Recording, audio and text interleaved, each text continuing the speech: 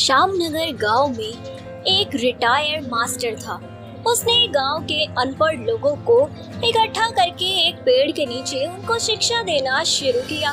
वहां उपस्थित सभी लोग बड़ी ही रुचि के साथ उनके विचारों को सुन रहे थे और उनके पूछे गए सवालों का जवाब दे रहे थे। लेकिन लोगों के बीच कक्षा में एक ऐसा भी था जो चुपचाप और गुमसुम बैठा हुआ था और उसका नाम था अमन। मास्टर का ध्यान पहले ही दिन से अमन पर था, लेकिन वह कुछ बोले नहीं। लेकिन अब 3-4 दिन तक जब ऐसा ही चलता रहा तो उन्होंने एक दिन कक्षा के बाद अमन को अपने पास बुलाया और पूछा, तुम हर समय उदास रहते हो, कक्षा में अकेले और चुपचाप बैठे रहते हो, क्या बात है? कोई परेशानी है क्या? वो मास्टर, मेरे अतीत में कुछ ऐसा हुआ है जिससे मैं बहुत परेशान रहता हूँ। मुझे कुछ समझ नहीं आता मैं क्या करूँ। देखो, तुम मुझे पहले बताओ, तुम्हारे अतीत में ऐसा क्या हुआ है जिससे तुम निकल नहीं पा रहे? क्या पता मैं कुछ मदद कर सकूं? जी मास्टर, मैं आपको सब बताता हूँ। अमन अपने माँ बाप के साथ एक छोटे से घर में रहता था और वह बहुत गरीब था, पर फिर भी बहुत खुश था। अमन के पिता का नाम कमलेश और माँ का नाम रमा था। कमलेश गांव में चाट पापड़ी की रेडी लगाया करता था। उसकी रेडी ठीक ठाक चला करती थी। एक दिन कमलेश शाम को अपने घर आता है और अमन उससे कहता है, पापा, मुझे आगे की पढ़ाई करने के लिए शहर जाना है। गांव में रह के मैं कुछ नहीं कर पा रहा। पर बेटा, मेरा काम अभी इतना अच्छा नहीं है कि मैं तेरी फीस वगैरह दे पाऊँ। तो पापा, मैं क्या करूं? फिर आगे क्या मैं भी आपकी तरह धूप में खड़े होके ये बेस्वाद चना चाट बेचूं? अरे कैसे बाप हैं आप, अपने बच्चे को पढ़ा नहीं सकते? बेटा, तू सही कह रहा है, मैं बाप कहलाने के लायक नहीं हूँ, पर अब तू मुझे थोड़ा सा वक्त दे, मैं तुझे शहर जरूर भेजूंगा। सब खाना खाने बैठ जाते हैं और रमा सबके लिए इमली की चटनी बनाती है। इमली की चटनी बहुत खट्टी और स्वादिष्ट होती है, जिसे खाकर कमलेश बोलता है, अरे भाग्यवान, बड़ी ही स्वाद चटनी है, एकदम खट्टी। पहले तो तुमने ये कभी नहीं बनाई। हाँ जी, वो क्या है ना, बाजार में आज इमली सस्ती मिल रही थी तो मैंने सोचा ले लेती हूँ। हाँ, ये इमली बहुत खट्टी है, मेरी चना चाट से भी ज्यादा स्वाद है।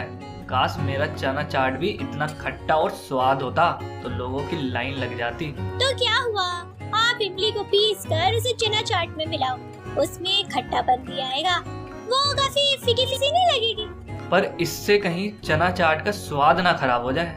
तुम एक काम करो, एक बार बना के लाओ, हम अभी खा के देखते हैं क्या होगा।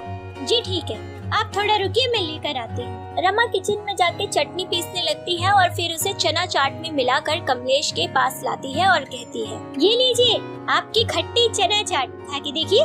अरे मुझे नहीं, अमन को खिला के देखो, अगर उसको अच्छी लगी तो मैं इसे बाहर बेचूंगा।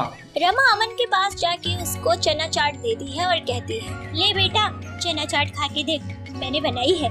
नहीं माँ, मेरा मन नहीं है, मुझे नहीं खानी है। मुझे कुछ खट्टा और मसालेदार खाने का मन कर रहा है, जैसे गोलगप्पे हो या फिर भेलपूरी।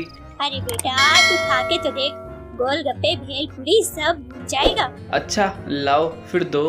अमन चना चाट जैसे ही खाता है उसके मुंह से चटाकेदार आवाज निकलती है और वह चना चाट के स्वाद में खो जाता है। तभी रमा कहती है, अरे अमन क्या हुआ, चना चाट अच्छी नहीं लगी? कोई कमी है तो बता मेरे बच्चे।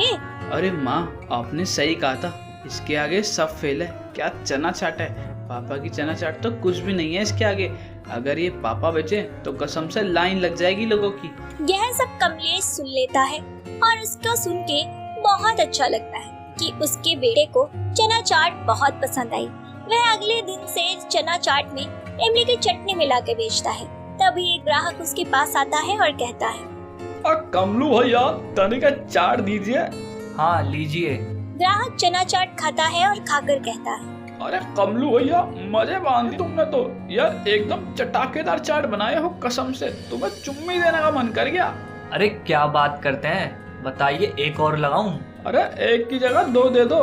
उन दोनों की बातें सुनकर बगल में एक सब्जी वाला था, वो भी कमलेश के साथ आता था। ऐसे करके उसकी रेहड़ी पर भीड़ लग जाती थी और उस दिन वो बहुत अच्छा कमाता है। अब उसका काम ठीक ठाक चलने लगा था। वो धीरे धीरे अपने बेटे की पढ़ाई के लिए पैसे जोड़ने लगा था। कमलेश अपनी बीवी और अमन से कहता है, अमन बेटा, अब मेरा काम बहुत अच्छा चलने लगा है और अब मैं थोड़े दिनों में तेरे को शहर भेजूंगा आगे पढ़ने के लिए। तू तैयारी शुरू बेटा। ठीक है पापा, मैं आज से ही तैयारी शुरू करता हूँ। रमा, तुम्हारा शुक्रिया करना चाहता हूँ। अगर तुमने मुझे इमली की चटनी ना खिलाई होती ना, तो मैं आज यहाँ तक नहीं पहुँच पाता।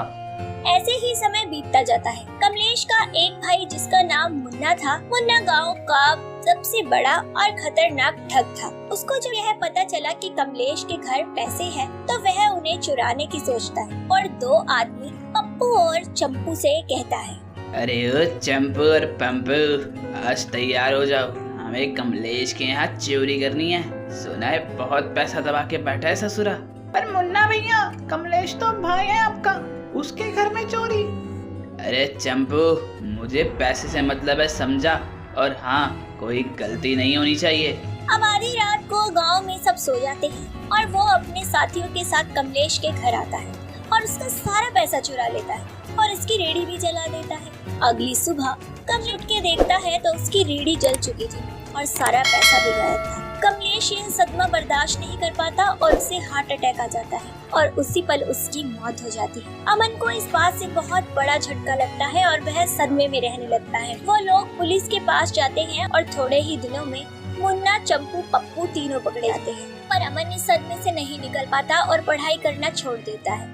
तब एक दिन उसकी माँ उससे कहती है, अमन बेटा, गांव में एक रिटायर्ड मास्टर आए हैं। वो अनपढ़ लोगों को मुफ्त पढ़ा रहे हैं। तुम भी जाओ, घर में रहकर कुछ नहीं होगा, वहाँ थोड़ा दिमाग खुलेगा तुम्हारा।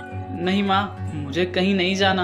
अरे बेटा, जो हो गया वो हो गया। अब सारी जिंदगी उसे पकड़कर थोड़ी ना बैठे रहेंगे। बेटा, तेरे पिताजी चाहते थे तू पढ़े, तो जा बेटा, उनका सपना पूरा कर। मुझे सुन के काफी अफसोस हुआ। ऐसा करो, तुम शाम को मेरे घर आना, मैं तुम्हें कुछ बताऊंगा। जी मास्टर जी। अमन शाम को पधारो। जी मास्टर जी, मैं समझ गया आपकी बात, और अब मैं अपने अतीत को अपना कल खराब नहीं करने दूंगा। और मास्टर जी उसके सपने पूरे करने में उसकी मदद करते।